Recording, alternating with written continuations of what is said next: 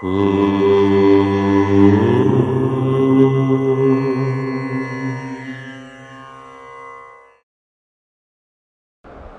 గణేశ శారదా దత్తాత్రేయ సద్గురు పరబ్రహ్మణే నమః.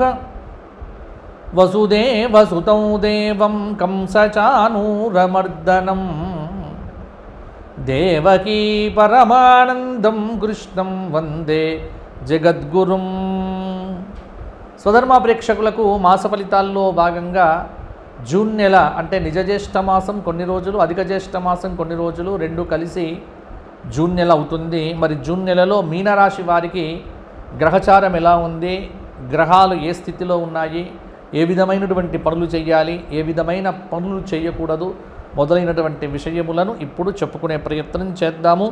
ముందుగా మీనరాశి అంటే ఏంటో మనం తెలుసుకుందాము. మీనరాశి అంటే పూర్వాభాద్ర 4వ పాదం, ఉత్తరాభాద్ర 4 పాదాలు, రేవతి 4 పాదాలు కలిస్తే మీనరాశి అవుతుంది. మీనరాశి వారికి ద్వితీయ జూన్ 2 నుంచి కూడా కొంత మీనంలో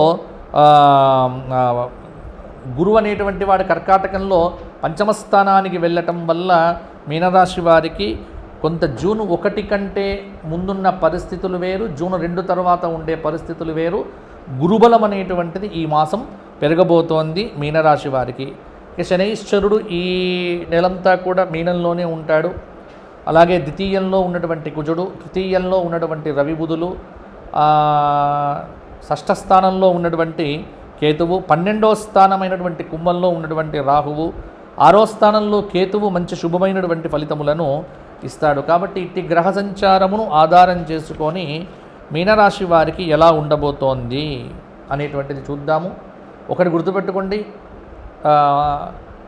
గ్రహచారము గత మే నెల కంటే జూన్ నెలలో కొంత పర్వాలేదు అన్నట్టుగా ఉంటుంది మీనరాశి వారికి. ఒకటి మీరు చేసుకోవలసింది ఏమిటి అంటే ఉత్సాహం తగ్గకుండా ఉండే ప్రయత్నం చేయండి.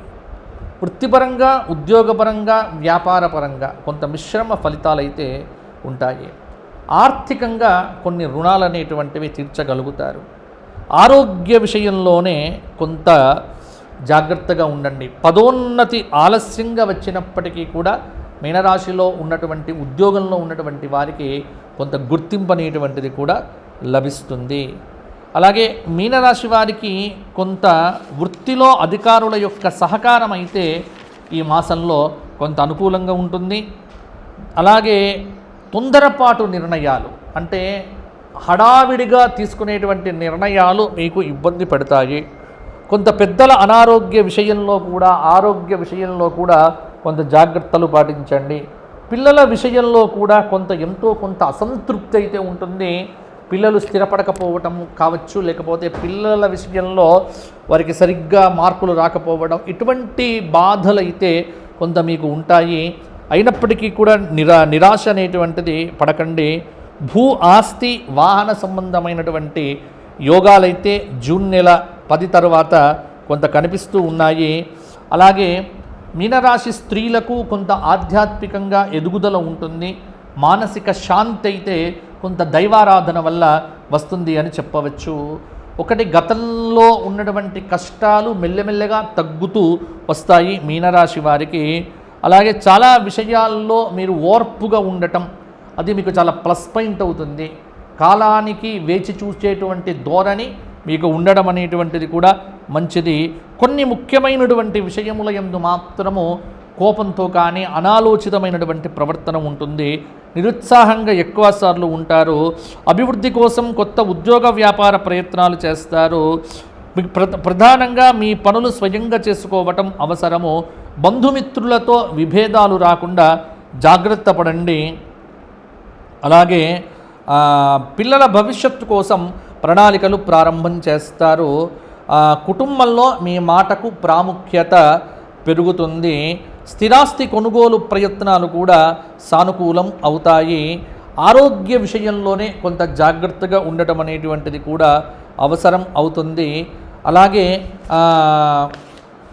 ఆర్థికంగా కొన్ని రుణాలైతే ఈ మాసంలో తీర్చగలుగుతారు. ఒక సంఘటన జూన్ 10 తరువాత జరిగేటువంటి ఒక సంఘటన మీ మానసిక ప్రశాంతతను కొంత తగ్గించవచ్చు.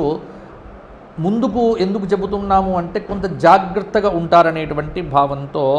అయితే 16 తర్వాత కొంత గ్రహచారంలో మార్పులు చేర్పుల వల్ల కొంత శుభ పరిణామాలు అయితే చోటు చేసుకుంటాయి. వ్యాపారంలో నష్టపోకుండా నిపుణుల యొక్క సలహాల మీద ఆధారపడటం అనేటువంటిది కూడా మీకు మంచిది. అలాగే చెడు ఫలితాలను అతిగా ఊహించుకోవటము, నాకేదో జరుగుతుంది అన్న భావనలో బతకటము, అలాగే శక్తికి మించిన బాధ్యతలను మీద వేసుకొని మీకు మీరుగా ఇబ్బందులు కొని తెచ్చుకోవడము, ఇలా కొంత ఇబ్బంది ఉంటుంది. పరిస్థితులను బట్టి నిర్ణయాలు తీసుకోండి. కుటుంబ సభ్యుల ప్రోత్సాహం అయితే మీకు తప్పకుండానే ఉంటుంది అని చెప్పవచ్చు. ఆర్థిక పరంగా కొంత జాగ్రత్తగా ఉండండి. ఖర్చుల్లో మీనరాశి వారికి సమతుల్యత అనేటువంటిది కూడా అవసరం అవుతుంది. ఇక ఈ మాసమంతా కూడా మీనరాశి వాళ్ళు దక్షిణామూర్తి స్తోత్ర పారాయణము, దత్తస్త్రేయ స్తోత్ర పారాయణము, శనివారం నాడు ఖచ్చితంగా రావి చెట్టు చుట్టూ 108 ప్రదక్షిణములు చేయటము, నవగ్రహ ప్రదక్షిణములు చేయటము, అలాగే 4 శుక్రవారాలు లలితా సహస్రనామ స్తోత్రంతో అమ్మవారికి విశేషమైనటువంటి కుంకుమార్చన చేయటం వల్ల చాలా మంచి ఫలితాలు అనేటువంటివి కూడా మీకు కలుగుతాయి. అలాగే రోజు వీలైతే సూర్య నమస్కారాలు చేయటము, ఆదిత్య హృదయ స్తోత్ర పారాయణం చేయటం వల్ల ఇంకా మంచి ఫలితాలు అనేటువంటివి మీకు సంప్రాప్తిస్తాయి. వీలున్నప్పుడల్లా కాలభైరవ అష్టక స్తోత్ర పారాయణం కూడా చేయటం వల్ల కూడా మీకు కొంత యోగదాయకంగా ఉంటుంది. అలాగే కులదేవతా సంబంధమైనటువంటి ఆరాధన కూడా చెయ్యండి, సరిపోతుంది. ఇక ఎవరైతే మీనరాశి వారు వ్యక్తిగత జాతకాన్ని చెప్పించుకోవాలి అనుకుంటారో వారి కింద కనిపిస్తున్న నెంబర్కు ఫోన్ చేసి సంప్రదించండి. తప్పకుండా మీతో నేను మాట్లాడటం జరుగుతుంది. అపాయింట్మెంట్ ద్వారానే నేను మీకు స్పందిస్తాను. అపాయింట్మెంట్ తీసుకోకపోతే నేను మాట్లాడటం కుదరదు. కాబట్టి వ్యక్తిగత జాతకంలో ఉన్నటువంటి విశ్లేషణ మీకు చేసి పంపించడం, అలాగే వ్యక్తిగత జాతకాన్ని మీతో ఏ గ్రహముల యొక్క స్థితి బాగుంది మీ జాతకంలో అనేది కూడా చెప్పవచ్చు. కాబట్టి ఇప్పుడు జరుగుతున్న దశ అంతర్దశలో తీసుకోవలసినటువంటి జాగ్రత్తలు కూడా, భవిష్యత్తులో తీసుకోవలసిన జాగ్రత్తలు, ఇలా అన్నింటి మీద సమగ్రంగా చెప్పడం జరుగుతుంది. కాబట్టి ఎవరైనా సరే అపాయింట్మెంట్ ద్వారా నన్ను సంప్రదించగలరు. కింద కనిపిస్తున్న నెంబర్కు ఆదివారము మన సోమవారం నుంచి శనివారం పర్యంతము ఉదయం 8 గంటల నుంచి రాత్రి 6 గంటల ప్రాంతం వరకు కూడా కాల్స్ చేస్తే మా వాళ్ళు అపాయింట్మెంట్ అనేటువంటిది ఇస్తారు. మీకు మంచి జరగాలి. మీనరాశి వారికి ధర్మపురి లక్ష్మీ నరసింహస్వామి వారి యొక్క అనుగ్రహము, వేములవాడ రాజరాజేశ్వర స్వామి వారి యొక్క అనుగ్రహంతో మీనరాశి వారికి అందరికీ బాగుండాలి, మంచి ఫలితాలు రావాలి, శనైశ్చర దోషం తగ్గి మీకు మానసికంగా మంచిగా ఉండాలి అని ఆశీర్వచనం చేస్తూ మరల వచ్చే మాసం మనం కలుసుకుందాము. అంతవరకు సెలవు. జై శ్రీరామ్, జై శ్రీరామ్, జై శ్రీరామ్.